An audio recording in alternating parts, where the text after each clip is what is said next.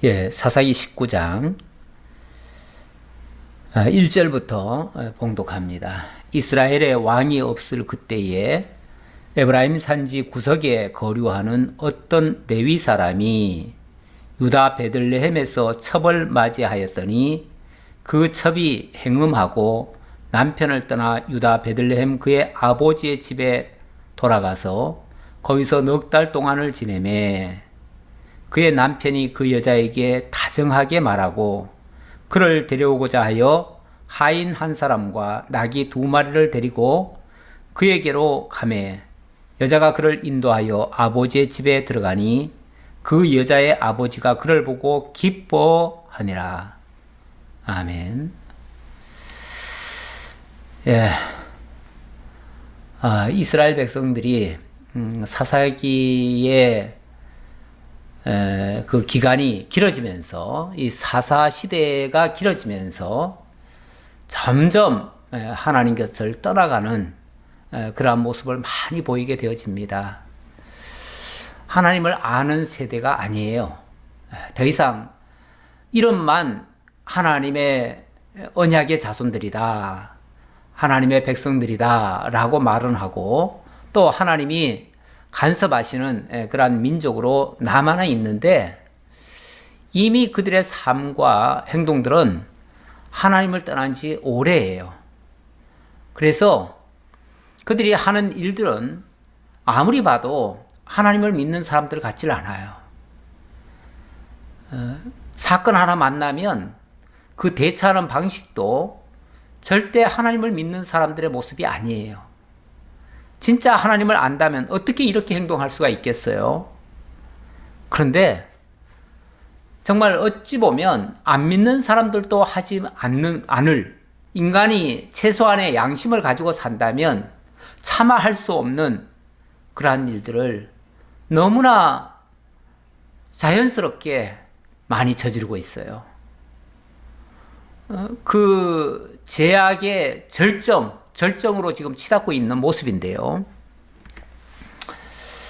시대적으로 많이 어두워진 거죠. 어두워졌어요. 그런데 또 우리는 이런 말씀 속에서도 소망은 있죠. 밤이 깊으면 또 새로운 날이 시작되고요. 또 밝은 태양이 기다리고 있어요. 그래서 밤이 깊으면 깊을수록 다시 또 새로운 날이 시작될 수 있는 그러한 소망을 가지게 되는 거죠. 그게 바로 믿음의 눈으로 보는 건데 우리가 세상을 바라볼 때 그래서 현실만 그냥 보는 것이 아니라 현실 너머에 있는 하나님의 뜻과 섭리, 하나님의 인도하심을 볼 줄 아는 것이 정말 지혜자의 모습이라고 보여집니다. 그게 없다면 그냥 세상 사람들과 똑같은 거죠, 뭐. 똑같이 사건 만나면 힘들어하고, 똑같이 세상 사람들 어려울 때 같이 어렵다고 고통 울부짖고, 남들 절망할 때 같이 절망하고, 남들 좋아할 때 실제로는 좋아할 일이 아님에도 불구하고 그거 가지고 같이 좋아하고. 그러니까 안 믿는 사람이나 믿는 사람이나 별반 다를 게 없어요. 안 믿는 사람들이 욕심내면 우리도 같이 욕심내고, 안 믿는 사람들이 욕을 하면 우리도 같이 욕을 하고, 안 믿는 사람들이 싸우자고 하면 우리도 같이 싸우자고 하고, 똑같죠, 뭐. 뭐가 달라요? 그러니까 정말 말세에 믿는 자를 보겠느냐, 우리 주님께서 그렇게 말씀하셨는데 지금이 바로 그런 시대가 아닌가라는 생각이 들기도 합니다. 진짜 하나님 믿어? 진짜 하나님 살아계시다고 인정해? 그럼 어떻게 그렇게 살 수가 있지? 라는 생각이 들 때가 참 많아요. 오늘날 한국교회의 전반적인 모습이 바로 이런 모습이 아닌가라는 그런 느낌을 가지면서 자, 지금은 다시 이스라엘 이야기로 들어가 봅니다. 자, 19장의 내용은 이스라엘의 왕이 없을 그때에 라고 했습니다. 이스라엘의 왕이 없을 그때는 이미 앞에서도 많이 얘기했죠. 17장부터 이 선민의 범죄와 교훈 내용인데 그때 벌써 왕이 없을 그때에 미가라고 하는 한 가정에서부터 출발해가지고 그 다음에는 단지파, 지파적인 그런 범죄상이 드러났지요. 그리고 오늘은 이게 이제 거기서 끝나는 게 아니라요. 지파와 지파 간의 충돌이 일어나요. 일어나다가 어디까지 충돌이 이제 번지냐면 전 이스라엘 민족 전체가 공분을 일으키면서 함께 한 지판을 완전히 도륙내는 여기까지 가게 되어집니다. 이제 가면 갈수록 점점 더 악으로 치닫고 그 끝은 민족 상잔이라고 하는 아주 최악의 결과를 만들어냅니다. 그렇게 해서 이게 뭐 남들과의 싸움이 아니에요. 저 바깥의 대적과의 싸움이 아니에요. 뭐 엄밀하게 말하면 레위 지파, 에브라임 지파, 베냐민 지파, 오늘 이제 세 지파의 사람들이 등장하는데 그들의 그 어떤 사고, 그들이 가지고 있는 그 사상, 또 하나님을 아는 지식, 이런 것들이 어느 정도인지를 가늠할 수 있는 그러한 말씀도 되겠습니다. 자, 오늘도 시작은 이렇게 합니다.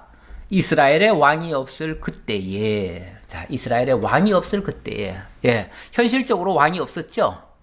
그러나 지난번에도 말씀드렸지만 이스라엘은 사실상은 왕이 따로 필요가 없어요. 왜냐하면 하나님이 친히 왕이 되어주시니까요. 그래서 왕은 없더라도 하나님을 왕으로 인정한다면 전혀 문제가 안 돼요. 그 자체는 문제가 아니에요. 이스라엘에 왕이 없다는 그 자체는 문제가 전혀 될 수가 없어요. 왜? 하나님이 친히 왕이 되어주시니까. 그 뭐 사람들이야 인간 왕이라고 하는 것은 어떤 면에서 뭐 하나님이 이 사람 세울 수도 있고 저 사람 세울 수도 있어요. 뭐 누구 세운다고 해서 특별히 달라지나요? 지금도 뭐 세상 나라의 대통령들을 뭐 민주주의라고 해서 우리 손으로 다 뽑잖아요? 뽑는데 이 대통령을 뽑든지 저 대통령을 뽑든지 뭐 나중에 지나놓고 보면 거기서 거기에요. 큰 차이 안 나요. 우리는 뭐 이 사람이 대단히 좋을 것이다라고 생각해서 뽑아놓지만 나중에 가보면 그 사람도 실망시키고요. 그래서 안 되겠다. 그래서 딴 사람 뽑아보면 그 사람 또 실망시켜요. 아예 우리는 실망할 각오하고 우리가 이제 기껏 선택한다는 게 그래도 최악은 좀 피해서 차악이라도 세상에 근본적으로 선은 없어요. 없으니까 아예 선하고 아예 정말 대단하고 위대한 그런 대표를 뽑기는 힘드니까 최소한 우리를 등쳐먹지 않고 우리를 괴롭히지 않고 우리에게 너무 힘들게 하지 않는 그런 사람만 있어도 정말 다행이라고 생각하고 고맙게 생각하고 그렇게 차선책으로 또는 차악을 택하는 그런 것이 뭐 오늘날의 선거라고 볼 수 있어요. 그래서 어떤 사람들은 뭐 선량들을 뽑는다 그러는데 정말 아주 우수한 사람들, 선한 사람들, 우량적인 그런 사람들을 뽑는다 그러는데 그런 사람은 그렇게 많지 않아요. 오히려 최악만 피해도 다행이에요. 이제 그 정도로 생각하고요. 자, 이스라엘의 왕이 없을 그때 그만큼 혼란스러웠다라는 것을 생각하면서 본문을 보시면 되겠습니다. 그때에 에브라임 산지 구석에 거류하는 어떤 레위인이 유다 베들레헴에서 첩을 맞이하였더니, 자, 첫 번째 등장하는 사람은 레위인입니다. 레위인인데 이 사람은 어디에 거했다고요?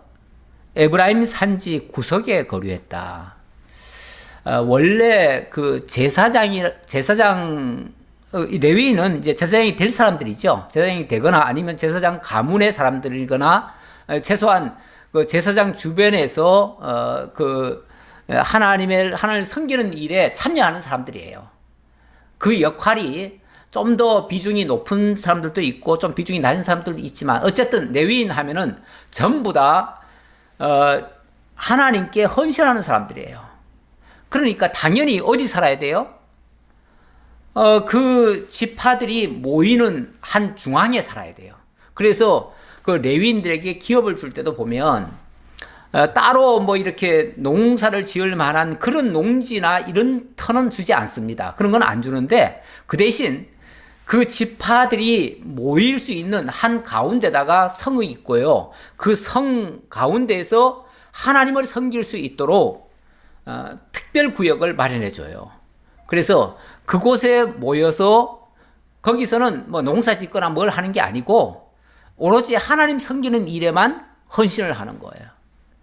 그러니까 당연히 어찌 보면 한 지파라고 해도 전국적으로 말하면 원래 그 전국의 도시 중에 중앙에 있어야 되고요. 또 각 지방으로도 흩어졌으니까 레위 지파는 12개 지파별로 다 흩어졌거든요. 다 흩어졌는데 흩어졌더라도 그 지파의 중심지에 사는 것이 원칙입니다. 그런데 이 사람이 에브라임 산지 구석에 거류했다. 지난번에 미가 집에 한 레위 소년이 에브라임 산지로 뭐 쉽게 말하면 일거리 찾아서 가다가 거기 머물러서 제사장 노릇한 적이 있었죠. 그런 것처럼 이 사람도 쉽게 말하면은 중심지, 성읍이 있는 중심지에서는 먹고 살 게 없으니까 어디 총구석으로 들어간 거예요. 에브라임 산지 구석으로 어디 들어간 거예요. 거기 가서 농사나 지어 먹고 살아야겠다 하고서 아마 들어간 것 같아요. 자, 뭐 그거는 정확하게 여기 자세히는 설명이 안 됐으니까 그 정도로 추정을 하고요. 근데 이 사람이 하는 행동이 어떤가를 봐야 됩니다. 유다 베들레헴에서 첩을 맞이하였다. 이렇게 얘기합니다. 첩을 맞이하였다. 물론 이 사람이 살다가 불가피하게 아내를 미리 떠나 보내든지 그래서 후처를 취할 수는 있지요. 그래서 후처를 취할 수는 있는데 지금 이제 첩을 취했다 하는 말은 후처를 취했다는 말과는 다르죠. 그러니까 아내를 잃어서 어쩔 수 없이 또 아내를 맞이했다가 아니라 이 첩이라는 게 뭐예요? 첩이라는 거는 원래 아내가 있고 그리고 또 다른 여자를 취한 거 아니겠어요? 아니 이게 어떻게 가능합니까? 원래 이스라엘 하나님의 율법에는요 첩을 취하게끔 돼 있질 않아요. 말라기에서는 대표적으로 그 레위 제사장을 향해서 하나님이 책망을 하죠. 책망을 하는데 그때도 하나님의 영이 유여하실지라도 능력이 많으실지라도 그러나 오직 한 여자만 짓지 아니하였느냐. 고로 한 아내만을 얻고 그 한 아내만을 기쁘게 하고 그렇게 살아야 된다. 마땅히 그렇게 해야 된다. 그런데 너희는 그렇게 하지 않았다라고 책망을 하시죠. 그 말은 많은 여자들을 막 취했다는 얘기예요. 그 중에서도 말라기는 대표적으로 사실은 그 레위인들을 향해서 제사장들을 향해서 하는 말이기도 하기 때문에 그래서 제사장들이 그런 짓을 했다는 얘기예요. 이건 정말 하나님이 용납하기 어려운 하나님이 허락하지 않은 일들이에요. 근데 어쨌든 이런 못된 짓을 했는데 자 남편이 이 모양입니다. 뭐 그 아내가 아니죠. 그 첩이 되는 그 여자는 그러면 온전한 여자일까? 남편의 위인을 보면요. 그와 같이 놀아나는 여자 역시 어떤 존재인지 짐작이 가죠. 그래서 2절에 보니까 그 첩이 행음하고 남편을 떠나 유다 베들레헴 그의 아버지의 집에 돌아가서 거기서 넉 달 동안을 지내매 이 첩이다 보니까 뭐 사랑이 있어서 애정이 있어서 그래서 결혼한 게 아니잖아요. 정말 어쩌다가 마주친 여자 아닙니까? 그런데 여자 역시도 마찬가지예요. 자기가 정말로 그 남자가 좋고 뭐가 있고 그래서 한 게 아니고 그냥 즐기다가 어쩌다가 그 남자를 만난 거예요. 그러다 보니까 자기 그냥 본성대로 사는 거예요. 좋은 남자 있으면 또 행음하는 거예요. 이 여자가 아마 그 행음하다가 발각이 된 것 같아요. 발각이 되니까 남편을 떠나 유다 베들레헴 그의 아버지 집으로 돌아갔다. 쉽게 말하면은 못된 짓 하다가 걸리니까 친정으로 도망간 거예요. 정황적으로 보면 그런 거예요. 가가지고 하루 이틀 있다가 온 것도 아니고요. 넉 달 동안이나 오질 않아요. 집에 올 생각도 안 해요. 뭐 이 정도 되면 그냥 포기할 만도 한데 이 모자란 이 남편이 어떻게 하는가? 그의 남편이 그 여자에게 다정하게 말하고 그를 데려오고자 하여 하인 한 사람과 나귀 2마리를 데리고 그에게로 가매. 그런데 이 남자가 그 여자를 데리러 하인을 데리고 직접 찾아갔습니다. 아마 찾아가기 전에 미리 안부를 전한 것 같아요. 그래서 다정하게 말했다잖아요. 그 여자에게 다정하게 말하고 그를 데려오고자 하여 갔다 이렇게 얘기하잖아요. 그러니까 다정하게 말했다는 말은 미리 통지를 했다는 거예요. 내가 너 다 용서해 주겠다. 과거를 묻지 않겠다. 무조건 집에 돌아오기만 해라. 그래서 이제 그 해답을 들은 거예요. 당신이 직접 오면 내가 가겠노라. 아마 이렇게 얘기했던 것 같아요. 처음에는 사람을 보내가지고 순순히 집으로 돌아와라. 다 용서해 주겠다. 과거를 묻지 않겠다. 아마 그렇게 했던 것 같은데 당신이 오지 않으면 나 안 간다. 당신이 와라. 그러면은 내가 가겠다. 뭐 그렇게 잘했다고. 기껏 한 게 음행하다가 걸린 것 뿐인데 그게 뭐 잘한 거라고 와가지고 날 데려가기 전까지는 안 데려가겠다고, 안 가겠다고 이렇게 버틴깁니까? 자, 어쨌든 그래도 뭐가 아쉬웠는지 이 남자가 데리러 왔어요. 데리러 왔더니 여자가 그를 인도하여 아버지의 집에 들어가니 그 여자의 아버지가 그를 보고 기뻐하니라. 어쨌든 장인 입장에서는 그래도 딸을 데리러 사위가 오니까 반갑지요. 정말 힘들게 해도 감수해야 될 판인데 직접 데리러까지 왔으니까 얼마나 고마워요. 그래서 기뻐했다 그럽니다. 그리고 너무 기쁜 나머지 아주 극진하게 대접을 해줍니다. 그의 장인 곧 그의 여자의 아버지가 그를 머물게 하며 그가 3일 동안 그와 함께 머물며 먹고 마시며 거기서 유숙하다가 넷째 날 아침에 일찍이 일어나 떠나고자 하며 그 여자의 아버지가 그의 사위에게 이르되 떡을 조금 먹고 그대의 기력을 돋운 후에 그대의 길을 가라 하니라. 얼마나 잘해주는지 아마 모처럼 풍성하게 먹거리를 준 것 같아요. 뭐 요즘이야 하도 먹거리가 흔해가지고 먹는 거 가지고 사람을 붙들어 놓을 수는 없습니다. 요즘은 뭐 어디 가나 잘 먹으니까요. 근데 옛날에는 정말 먹기 힘든 시절 아닙니까? 그런데 정말 있는 거 없는 거 다 끌어다가 아마 고기로 해서 그렇게 해서 맛있게 했겠죠. 그렇게 하다 보니까 한 3일 동안 그냥 너무너무 대접을 잘 받은 거예요. 그런데 3일이 지나고 4일째 되니까 이제 있을 만큼 있었다. 이제 빨리 가야지 하고서 4일째 되는 날 떠나려고 했어요. 당연히 떠나야 맞지요. 맞는데 지금 목적이 지금 데리러 온 거니까 빨리 데리고 가야지요. 그런데 여자의 아버지가 뭐라고 그러냐면 떡을 조금 먹고 그대의 기력을 돋운 후에 그대의 길을 가라. 쉽게 말하면 기왕 왔으니까 몸보신을 하고 여기서 좀 몸 좀 더 건강하게 만들어서 가라. 아예 그냥 여기서. 사실 그렇게까지 할 일은 아니죠. 아닌데 어쨌든 그러면서 자꾸 붙드는 거예요. 그래서 두 사람이 앉아서 먹고 마시매 그 여자의 아버지가 그 사람에게 이르되 청하노니 이 밤을 여기서 유숙하여 그대의 마음을 즐겁게 하라 하니라.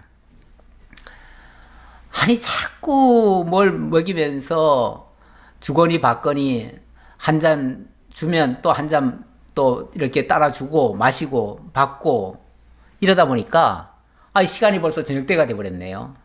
그 사람이 일어나서 가고자 하되, 아유, 안 되겠습니다. 더 이상 미룰 수가 없습니다. 이제 가야 됩니다. 하고서 막 가려고 했어요. 그랬더니 7절, 그 사람이 일어나서 가고자 하되 그의 장인의 간청으로 거기서 다시 유숙하더니 하루를 또 어쩔 수 없이 또 자게 됐네요. 왜냐면은 벌써 시간이 저녁때가 되어버린 거예요. 어떻게 주거니 받거니 하다 보니까 저녁때가 돼버렸어요. 그러니 밤늦게 뭐 갈 수가 없잖아요. 요즘같이 뭐 길 좋은 시대도 아니고 옛날에 이렇게 멀리 이렇게 정말 걸어서 다녀야 되는데, 그래서 그럼 내일 아침에 가자고. 그래가지고 결국 어디까지 갔냐면 8절, 다섯째 날 아침에, 원래 한 3일만, 원래는 뭐 3일도 아니겠지요. 처음에는 뭐 가서 잘 얘기하고 그저 한두 끼 먹고 그리고 떠나려고 했는데, 이게 어쩌다가 보니까 지금 다섯째 날까지 와버린 거예요. 다섯째 날 아침에 일찍 일어나 떠나고자 하매, 그래서 다섯째 날은 오늘은 기어코 가야 된다 하고 아침부터 서둘러 가지고 이제 준비를 하고 일어났어요. 그랬는데 그 여자의 아버지가 이르되 청하노니 그대의 기력을 돋우고 해가 기울도록 머물라 하므로 두 사람이 함께 먹고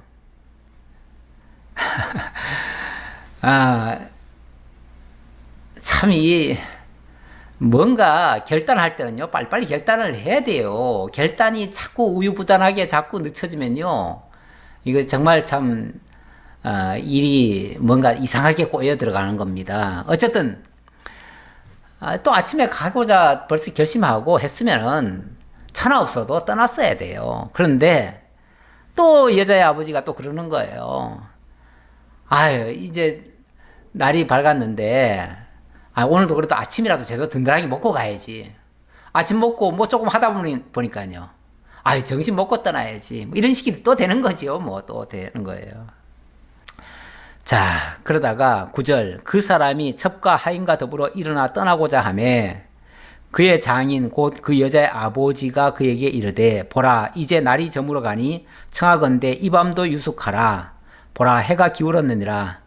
그대는 여기서 유숙하여 그대의 마음을 즐겁게 하고 내일 일찍이 그대의 길을 가서 그대의 집으로 돌아가라 하니,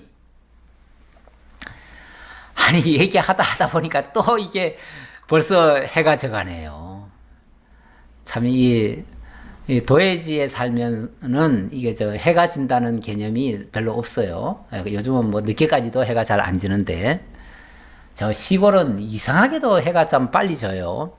조금 전까지 해가 멀쩡하게 중천에 있다 말고 잠시 후 보면은 갑자기 해가 쑥 들어가 버려요. 그런 경우가 있는데,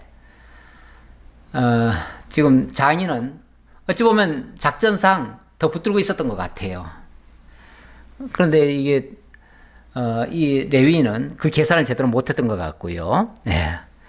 근데 이 레위인이 더 이상 이렇게 끌려다니다가는 다시는 집으로도 못 가겠다 싶은 생각이 들었던가 봐요. 그래서 오늘은 내가 가기로 결심했으니까 오늘은 무조건 갑니다.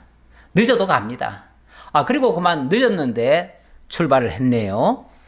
출발했어요. 10절, 그 사람이 다시 밤을 지내고자 하지 아니하여 일어나서 떠나 여부수 맞은편에 이르렀으니 여부수는 곧 예루살렘이라.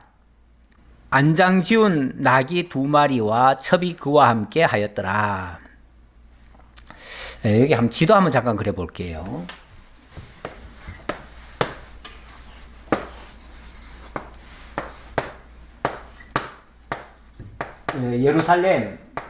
예루살렘이고 여부수라고 그러죠.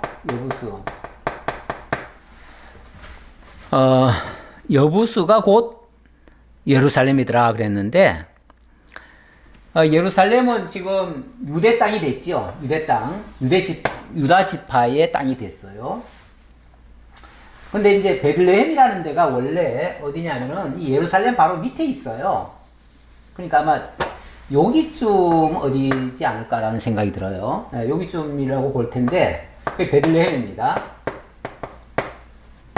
지금 이 서가가 바로 이 베들레헴에 있어요. 베들레헴에 있고, 이 사람은 지금 에브라임 산지 여기쯤이라고 봅시다. 자, 에브라임. 그리고 이 사람이 지나오는 길에 뭐가 있냐면 기브아가 있습니다. 기브아. 기브아라고 하는 지역이 있어요. 여기에 이제 베냐민 지파가 살고 있고, 베냐민 지파가 살고 있고, 이쪽은 이제 에브라임 지파예요. 원래 여기 에브라임. 베냐민 지파, 에브라임 지파. 자, 이렇게 이제 살고 있는데, 원래 지금 에브라임 산지, 여기 한 구석에 살던 사람인데, 철을 여기서 베들레헴에 있는 첩을 얻은 거잖아요. 얻어서 왔는데, 지금 여기를 데리러 온 거예요. 왔다가, 이 여부수에서 이쪽으로 지금 가는 거예요. 가는데, 자, 예루살렘이 있고, 또 여부수라는 말을 크게 보면은 같은 지역인데요. 그러나 예루살렘은 이스라엘 사람들이 정착을 하고 성읍을 건설한 그러한 새로운 신도시예요. 쉽게 말하면 신도시고, 여부수는 원래 여부수 족속들이 살고 있던 구도심이에요. 구도시예요, 구도시. 그러니까 이 예루살렘이라고 해가지고 이스라엘 지파가 다 여기를 차지했느냐? 그렇지 않아요. 여부수 사람들도 살고 있고, 또 이스라엘 사람들도 유다 지파도 살고 있어요. 그러니까 아무래도 여부수는 좀 구석진 데 살았겠죠. 구석진 데 사는데 이 예루살렘은 도해지고요. 이 베들레헴은 그 아래이고요.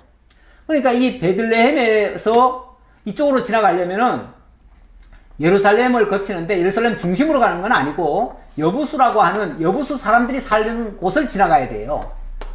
지나가고 그 다음에 이제 베냐민 지파가 살고 있는 기브아라고 하는 땅을 지나가야 돼요. 지나가서 이제 에브라임 지역으로 이렇게 가야 되는데, 자, 어떻게 조금 출발해서 가다 보니까 여부수쯤에 왔는데, 여부수 사람들이 살고 있는 지역에 왔는데, 여기서 벌써 해가 져버린 거예요. 옛날에는 정말 해가 지면은 위험합니다. 가끔씩 이렇게 또 길이 안 좋은 곳에는요, 또 산적이나 이런 사람들도 있을 수가 있고요. 그래서 사실 밤에는 움직이는 게 아니에요. 아는데, 자, 어쨌든, 그들이 여부수 맞은편에 이르렀다. 이렇게 얘기를 하는데요. 자, 11절. 그들이 여부수에 가까이 갔을 때에 해가 지려 하는지라 종이 주인에게 이르되 청하건대 우리가 돌이켜 여부수 사람의 이 성읍에 들어가서 유숙하십시다 하니 주인이 그에게 이르되 우리가 돌이켜 이스라엘 자손에게 속하지 아니한 이방 사람의 성읍으로 들어갈 것이 아니니 기브아로 나아가리라 하고, 종이 뭐라고 그러냐면 여부수쯤 왔는데 여기서 벌써 해가 져버린 거예요. 해가 지니까 이 해가 졌는데 계속 길을 간다는 거는 어림도 없습니다. 집까지 어차피 못 갑니다. 못 가니까 여기서 하룻밤 자고 갑시다. 그런데 여기가 지금 여부수 사람들이 살았다고 그랬잖아요. 여부수 사람들이 살면은 여부수 사람들은 가나안 7족속 중에 한 부류예요. 그러다 보니까 이 사람들은 엄밀하게 말하면 이방인이죠. 이방인이니까 이방인들은 아무래도 좀 경계할 수가 있어요. 물론 이방인들 중에서도 착한 사람도 있을 수 있지요. 선대해 줄 사람도 있어요. 있지만 아무래도 유대인들에 대한 이스라엘 민족에 대한 적대감이 있을 수 있어요. 그래서 겉으로는 잘해주다가 정말 뒤로 무슨 짓을 할지 몰라요. 그래서 이 레위인이 뭐라고 얘기를 하냐면 조금만 더 가면 베냐민 자손들이 살고 있는 기브아 땅이라는 데가 있는데 우리 거기까지는 쉬지 말고 가자. 조금만 더 가면 된다. 거기 가서 우리 그래도 같은 민족이 살고 있는데 가야 우리가 좀 안심하고 하룻밤을 잘 수 있지 않겠느냐. 이렇게 지금 생각을 한 거죠. 또 그 종에게 이르되 우리가 기브아나 라마 중 한 곳에 가서 거기서 유숙하자 하고 모두 앞으로 나아가더니 베냐민에 속한 기브아에 가까이 이르러 해가 진지라. 그래서 기브아를 지나면 또 라마라고 하는 데가 있어요. 라마. 라마. 요 위는 이제 뭐 또 베델 이런 게 있어요. 베델. 기부아나 라마에 가서 쉬는 거는 괜찮을 거다. 이렇게 얘기를 했던 거예요. 그런데 벌써 기부아쯤 왔는데 해가 완전히 져버린 거예요. 해가 완전히 져버렸어요. 그래서 도저히 안 되겠다. 이제 기부아까지 왔으니 이제 기부아에서 하룻밤 자고 가자라고 생각하고 어디 잘만한 데가 없을까 하고 집집마다 기웃기웃 거리는 거죠. 기웃기웃 거리는데 아무도 받아주는 사람이 없어요.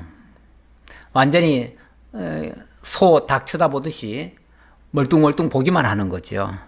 그냥 보기만 해도 괜찮은데 또 이상한 생각들을 하는 거예요. 이상한 생각들. 참 외지인들이 지나가면 좋은 눈으로 보는 게 아니라 이상한 눈초리로 보거나 의심의 눈초리로 보거나 아니면은 이용하려는 그런 어떤 생각을 하거나 이런 경우가 있어요. 저녁 때 한 노인이 밭에서 일하다가 돌아오니 그 사람은 본래 에브라임 산지 사람으로서 기브아에 거류하는 자요. 그곳 사람들은 베냐민 자손이더라. 무슨 소리냐면, 자, 여기는 기브아 땅이니까 기브아 땅은 베냐민 자손들의 베냐민 지파 땅이에요. 베냐민 지파. 베냐민 지파 땅인데 여기에 지금 에브라임에 살던 사람이 이 베냐민 땅에 와가지고 여기서 거류하는 사람. 그러니까 자기네 본 집이 아니고 살기 위해 남의 구역으로 가서 사는 사람이죠. 어찌 보면 남의 구역에 가서 터를 잡고 사는 사람이에요. 그러니까 이런 사람을 거류하는 사람이다. 이렇게 얘기하죠. 이 사람은 노인네인데 에브라임에 살다가 기브아에 와서 거기가 뭐 농사 짓기가 좋았는지 어쨌는지 자고간 거기 와서 살면서 농사를 지었다고 그래요. 농사를 짓고 저녁 때가 되니까 이제 일을 끝내고 집으로 돌아올 거 아니에요? 돌아오다가 한 사람이 외지인이 보이는 거예요. 그런데 이렇게 물어보고 몇 마디 얘기를 해보니까 같은 고향 사람이에요. 같은 에브라임 산지에 있었던 사람이에요. 그래 이런저런 이야기하다가 당신 에브라임 산지 사람이라면은 나하고 같은 고향 사람인데 우리 집에 하룻밤 자라고 이렇게 흔쾌히 허락을 하는 거죠. 노인이 눈을 들어 성읍 넓은 거리에 나그네가 있는 것을 본지라. 노인이 묻되 그대는 어디로 가며 어디서 왔느냐 하니 그가 그에게 이르되 우리는 유다 베들레헴에서 에브라임 산지 구석으로 가나이다. 나는 그곳 사람으로서 유다 베들레헴에 갔다가 이제 여호와의 집으로 가는 중인데 나를 자기 집으로 영접하는 사람이 없나이다. 자기 사정을 쭉 얘기했겠죠?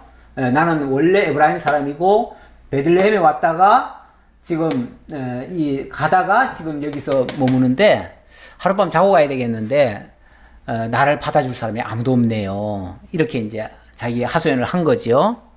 그러면서 이렇게 얘기를 합니다. 19절 우리에게는 나귀들에게 먹일 집과 여물이 있고 나와 당신의 여종과 당신의 종인 우리들과 함께한 청년에게 먹을 양식과 포도주가 있어 무엇이든지 부족함이 없나이다 하는지라.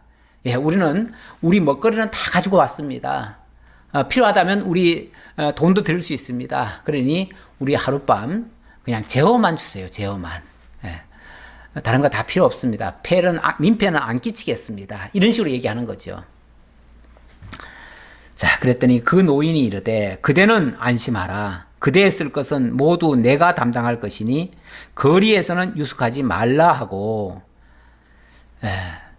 아무래도 그 레위인이 뭔가 걱정을 하는 것 같잖아요. 걱정을 하는 것 같으니까 걱정할 필요 없다. 아니 당연히 우리 지역에 온 사람인데 우리가 당신을 영접해야지. 그리고 당신이 필요한 거 있으면 우리가 채워줘야지. 그게 마땅한 거 아니냐.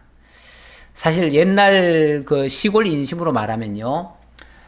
그렇게 하는 게 지극히 당연합니다. 우리도 어렸을 때 친척 중에서 누가 오거나 뭐 자고 외지인이 와가지고 하룻밤 자고 간다고 해서 재워준 적이 참 많아요.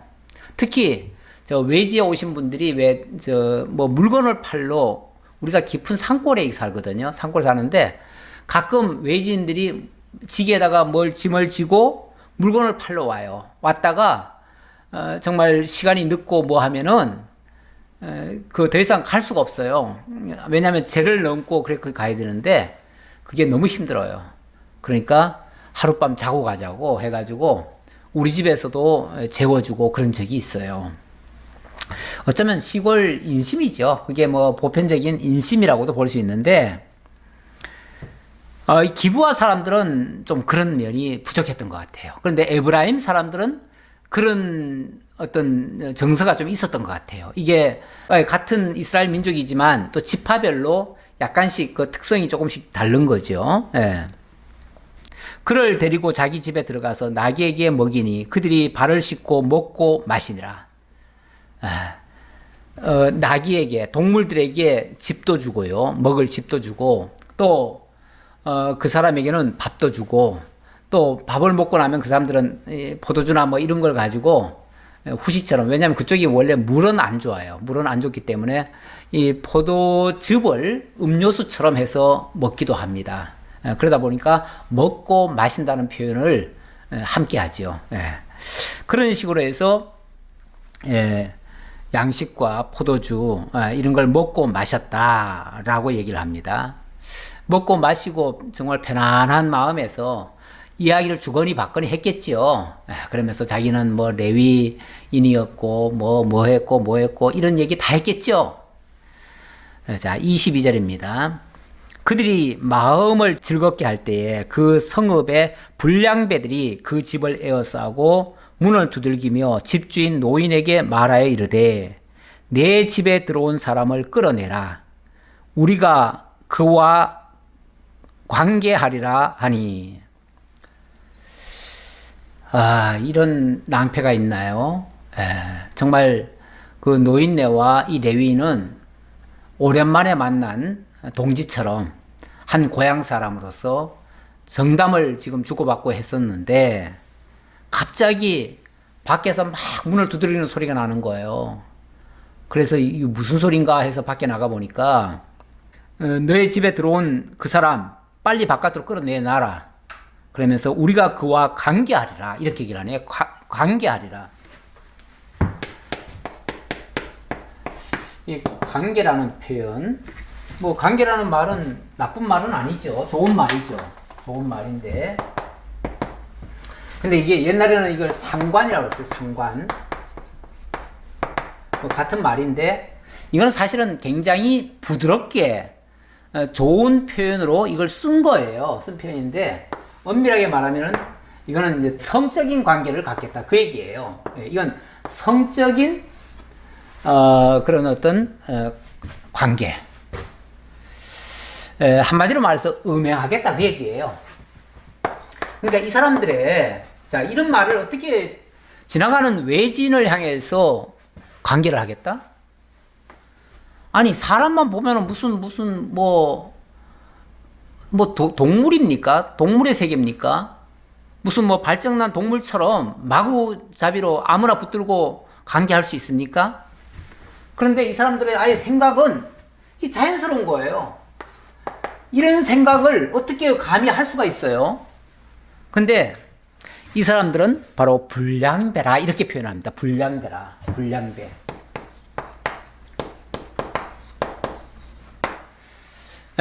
먼저 성경에는 이걸 비류라고 했는데요. 비류. 이게 무법한 자라는 뜻이에요. 법도 없는 사람들이에요. 무법자들. 뭐 여러 번역을 할 수가 있는데 이게 원문은 이게 벨리알입니다. 벨리알. 뭐 악의 사자, 악의 왕자, 뭐 이렇게도 표현이 되고요. 원 뜻이요. 벨리알이라고 하는 뜻이 이게 이제 원어로 이제 벨리알이죠. 벨리알인데 악의 왕자, 뭐 깡패, 악인, 뭐 별의별 용어를 다 쓸 수 있죠. 다 쓸 수 있는데 어쨌든 하나님도 모르는 자, 율법도 모르는 자, 그냥 본능에 충실한 자, 그야말로 정말 개 같은 그런 삶을 자기들 마음대로 살았던 그런 사람들, 하나님을 모르니까 하나님 모르니까 완전히 악한 그 본능대로 그냥 살아가는 자들이죠. 이런 자들. 그래서 우리 신약에 보면은 사도 바울이 그런 말을 했지요. 그리스도와 벨리알이 어찌 함께 할 수 있느냐? 의인과 악인이 어찌 함께 할 수 있느냐? 소와 나귀가 어찌 한 결의를 끌 수 있겠느냐? 이런 표현을 했는데, 그때 나오는 벨리알, 무법한 자, 하나님 알지도 못하는 자, 대적자예요, 대적자. 대적자로도 번역이 돼요. 그러니까 성경에 뭐 대적자다, 무법자다, 악한 자다, 악인이다, 이런 식으로 불량배다, 비루다, 이렇게 번역이 된 것들은 전부 다 이 벨리알이에요. 이게 이제 신약으로 오면은 이게 완전히 이제 악마라고까지도 번역이 될 수 있어요. 근데 이런 사람들, 하나님 없는 사람들, 이 시대가 얼마나 음행이 가득 차 있는 모습인지 몰라요. 참, 지금도 우리나라도 지금 굉장히 지금 몇 년 전부터 미투라고 하는 그런 어떤 것들이 지금 미투 운동을 통해서 각종 음행의 모습들이 막 드러나고 있습니다. 드러나고 있는데, 사실 뭐 이런 음행이 어제 오늘 일이겠어요? 옛날부터 있어 왔죠. 사실은 이런 것들이 그 힘 있는 자들이 강권적으로 강압적으로 하는 일들이에요. 이게 정말 인격적으로 서로 존중하고 서로 여자도 동등한 그런 하나님의 그 권한을 부여받은 그런 인격체로 소중히 인정한다면 함부로 그렇게 다룰 수 없는 존재죠. 그런데 옛날에 우리나라가 사실은 군사 문화로 이렇게 힘 있는, 군사 문화라는 게 뭡니까? 군사 문화라는 게 결국 힘 있는 자들이 다 지배하는 거 아니에요? 지금 우리가 일본과의 자꾸 충돌이 일어나는 게 옛날 위안부 문제를 그걸 아직 해결을 못해서 그런데, 원래 이 전쟁에는 어느 나라를 점령하든지 그 나라의 여자들을 다 군인들 보고 마음대로 하라고 다 내버려 둡니다. 왜냐하면 군인들 목숨 내걸고 싸우잖아요. 싸우는데 뭐라도 그들에게 미끼를 줘야 될 거 아니에요. 그러니까 너희들이 만약에 어느 나라를 점령하거나 하면은 그 땅에 있는 여자들은 마음대로 건드려도 좋다 하고, 쉽게 말하면 그거 다 묵인을 한 거예요. 근데 일본은 그걸 조금 더 적극적으로 아예 여자들을 대준 거죠. 그 점령지에 여자들을 끌어와가지고 강제로 군인들한테 보내주기까지 한 거죠. 그게 이제 위안부 정책들 아닙니까? 그런데 이게 사실 이 전쟁에 나가는 군인들에게는 그런 것들을 많이 허용을 합니다. 뭐 그때는 생명을 내걸고 싸우다 보니까 그 성 문제는 이거는 그냥 예외 사항이에요. 예외 사항.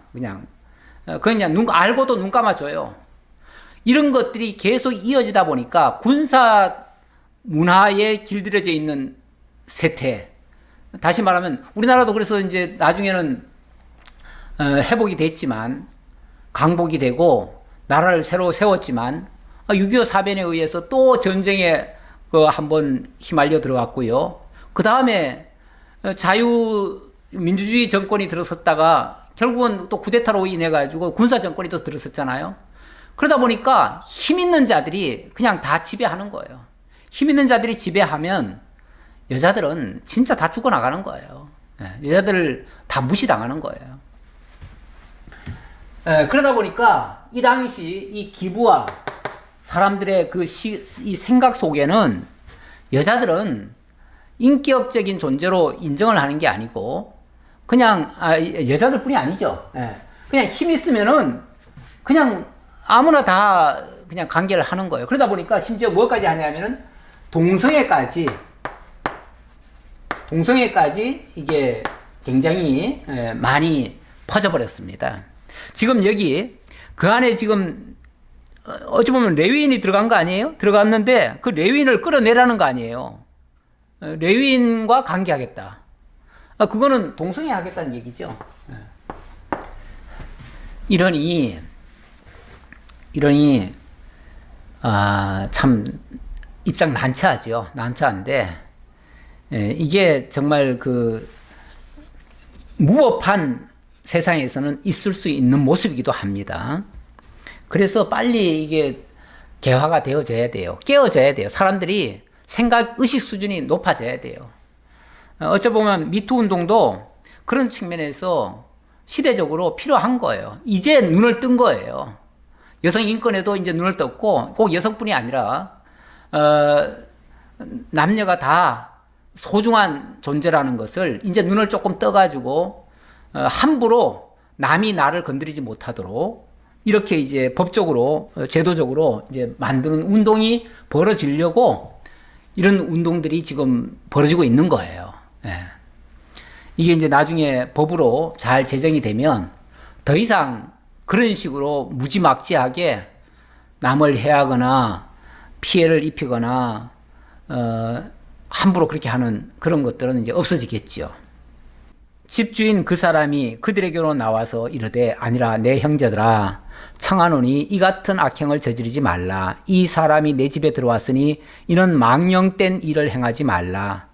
보라 여기 내 처녀딸과 이 사람의 첩이 있은즉 내가 그들을 끌어내리니 너희가 그들을 욕보이든지 너희 눈에 좋은 대로 행하되 오직 이 사람에게는 이런 망령된 일을 행하지 말라 하나. 이건 또 무슨 소리입니까? 아니 지금 이 레위인 남자를 끌어내라 그랬잖아요. 끌어내라, 우리가 동성애 하겠다 했는데 제발 이런 짓 하지 말아라. 이거는 정말 못쓸 짓이다. 이건 절대 해서는 안 될 일이다. 그러면서 이건 망령된 일이다 이렇게 얘기를 합니다. 망령된 일. 이거는 하나님이 금하신 망령이라는 말 자체가 잊어버리고 행동하는 그런 거 아니겠어요? 그러니까 하나님을 의식하지 않고 하는 행위들, 그런 것들을 망령되다라고 할 수 있는데, 완전히 하나님을 잊어버린 행동들, 막 나가는 거죠, 막 나가는 거. 그런 짓은 절대 해서는 안 된다. 그러면서 제안한 게 뭡니까? 이 남자는 건드리면 안 되고, 그 대신 내 딸과, 참 이게 무서운 얘기죠. 내 딸과 이 사람의 첩이 있는데, 이 첩을 내줄 테니까, 딸과 첩을 내줄 테니까, 이 딸과 첩을 욕을 보이든지, 뭐 밤새도록 마음대로 하든지, 너들 알아서 해라. 죽이든지 살리든지 너들 마음대로 해라. 하지만 이 남자에게만은 절대 하면 안 된다. 아니, 동성애는 죄가 되고, 이성애는 마음껏 해도 되나요? 요즘 그 동성애 반대 운동 하시는 것까지는 좋은데, 동성애 반대 운동 하려면요, 이성애 반대 운동도 해야 돼요, 원칙은. 그렇잖아요? 하나님이 짝지어 주신 그 부부 외에는요, 서로 성적인 사랑은 하면 안 되는 거예요, 원칙. 그런데 동성애 반대를 하는 사람들이, 이성애는 또 반대하는 사람 하나도 없더라고요. 그러면 남녀 간이면은 다 상관없나요? 같은 성끼리는 안 되고 이성끼리는 괜찮나요? 다 똑같지요. 어쨌든 내 몸이 아닌 남의 몸을 내 몸처럼 마음대로 다루는 거, 그 자체는 엄청난 죄악입니다. 동성애 죄악이죠. 마찬가지로 이성애도 다 죄악이에요. 다만 하나님이 짝지어 주신 부부 간에는 한 몸이에요. 한 몸이기 때문에 그거는 서로를 해하는 그런 차원이 아니에요. 그건 서로를 사랑하는 차원이기 때문에 그거 외에는 남자든 여자든 건드리면 안 되는 거죠, 절대로.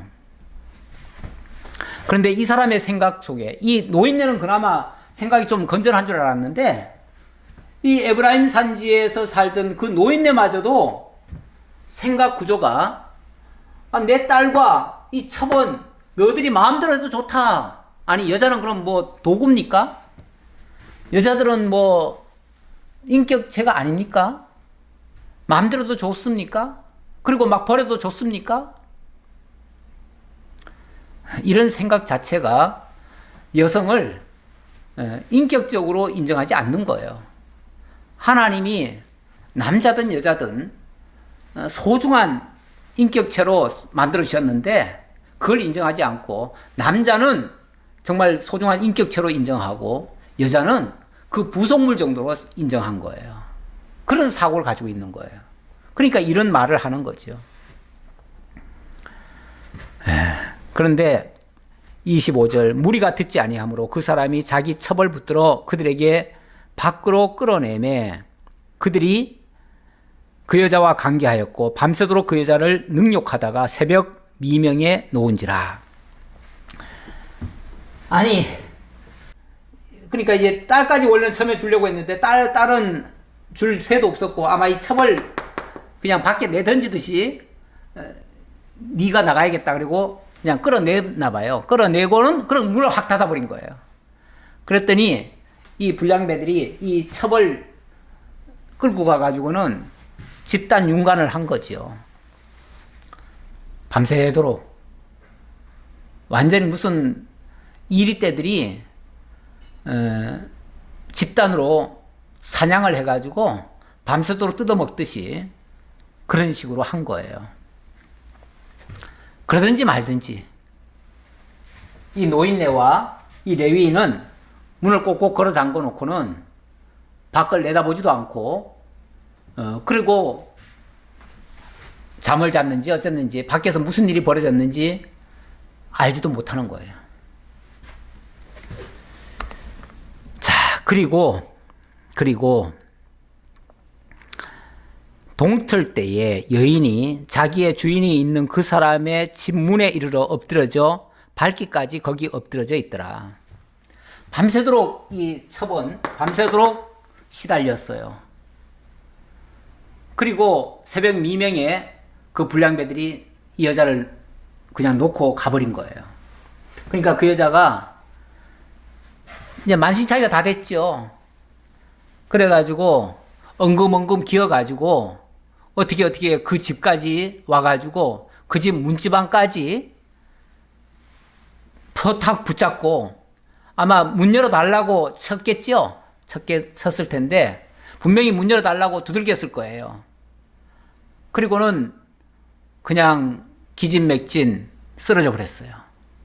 겨우 거기까지 걸어왔는데 그런데 이 정말 레위인 못된 남편은 문을 열어주지 않았어요. 문을 열어주지 않았어요. 그러니까 밤새도록 밖에서 사람들에게 당하고 그리고 보호는 못 받고 그러다 그만 그 여자는 죽어버렸어요. 그의 주인이 일찍 일어나 집 문을 열고 떠나고자 하더니 그 여인이 집 문에 엎드러져 있고 그의 두 손이 문지방에 있는 것을 보고 그에게 이르되 일어나라 우리가 떠나가자 하나 아무 대답이 없는지라. 이에 그의 시체를 나귀에 싣고 행하여 자기 곳에 돌아가서 근데 아침에 일찍 일어나가지고 이제 여기를 빨리 떠나야겠다는 생각만 한 거죠. 떠나려고 문을 열어보니까 그 첩이 문지방에 손을 댄 채 쓰러져 있는 거예요. 그래서 빨리 일어나라. 우리 빨리 도망가야 된다. 빨리 가야 된다. 그랬는데 이미 싸늘하게 식어 있어요. 죽은 거죠. 어쩌면 그 여자 안 왔으면요. 그냥 떠나려고 했을지도 모르겠어요. 예. 그런데 죽었으니까 그 죽은 여자를 이제 들쳐 나귀에 싣고 그리고 정말 걸음아 나 살려라 하고서 주랭랑을 친 거죠. 주랭랑을 쳐가지고 자기 곳으로 자기 집으로 돌아왔다 그 말이에요. 그리고 집으로 돌아와서 어떻게 했는가? 그 집에 이르러서는 칼을 가지고 자기 첩의 시체를 거두어 그 마디를 찍어 12덩이에 나누고 그것을 이스라엘 사방에 두루 보내매. 또 이거는 또 뭐 하는 짓입니까? 이건 또 뭐 하는 짓이에요? 자기 그 첩의 시체를 12조각을 내버립니다. 12조각을. 보통 토막살인도 원래 죽여놓고 이거 내는 거니까 결국 토막살인이죠. 자기가 죽인 거는 아니지만 어쨌든 토막살인을 한 거죠. 일종의 뭐라고 그러나요? 부관참시라고 하나요? 부관참시. 이미 죽은 걸 또 죽이는 행위. 이것도 지금 자기 생각대로 하는 거죠. 자기 생각대로. 뭐 하자는 거예요? 뭐 하려고 이러는 거죠? 자기 딴에는 이게 엄청난, 이 기부하 사람들이 엄청난 죄악을 저질렀다. 이 사실을 고발해야 된다. 이 고발하려고 지금 증거물을 가지고 지금 이렇게 하는 거죠. 아무리 고발하는 것도 좋지만 고발하면 그냥 고발을 해야지. 이런 식으로 사람을 시신을 쪼개가지고 고발을 합니까? 이것도 자기들 생각이죠. 그렇게 해서 이스라엘 12지파에게 편지까지 써가지고 그 상세한 내용을 적었겠죠. 이래가지고 이걸 보십시오 하고서 다 고발한 거예요. 그랬더니 30절, 그것을 보는 자가 다 이르되 이스라엘 자손이 애굽 땅에서 올라온 날부터 오늘까지 이런 일은 일어나지도 아니하였고 보지도 못하였도다. 이 일을 생각하고 상의한 후에 말하자 하니라. 발칵 뒤집힌 거죠. 온 이스라엘이 다 발칵 뒤집힌 거죠. 지금 이들의 이 행동들, 이들 중에 누구 하나 정신 똑바로 차리고 올바른 생각을 가지고 건전하게 이 문제를 해결하기 위해서 접근한 사람이 있습니까? 제가 봤을 때는 여기서 그나마 제일 그래도 바르게 한 사람은 이 사람의 여부수 지역에 가서 여기서 하룻밤 자고 갑시다. 그게 가장 현명한 판단이었는지 몰라요. 비록 이방인이지만 이방인 땅이라도 이방인이라고 무조건 나쁜 것도 아니에요. 오히려 동족이 더 지금 못된 짓을 더 하고 있어요. 동족이 하나님 잊어버리면 이렇게 전체적으로 다 죄악만 저지릅니다. 하나님 잊어버리면 다 이렇게 생각 자체가 이미 삐뚤어져 있어요. 도저히 정상적인 생각은 할 수가 없습니다. 이 모든 행동이 하나님 알지 못하는 데서부터 오는 망령된 행실입니다. 아까 노인네는 이런 망령된 짓을 하지 말자 그랬지만 자기조차도 망령된 짓을 하고 있어요.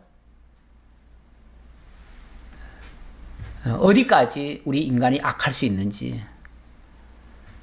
정말 세상 그 전쟁사 같은 데 보면 인간이 도저히 해서는 안 될 짓을 어마어마하게 합니다.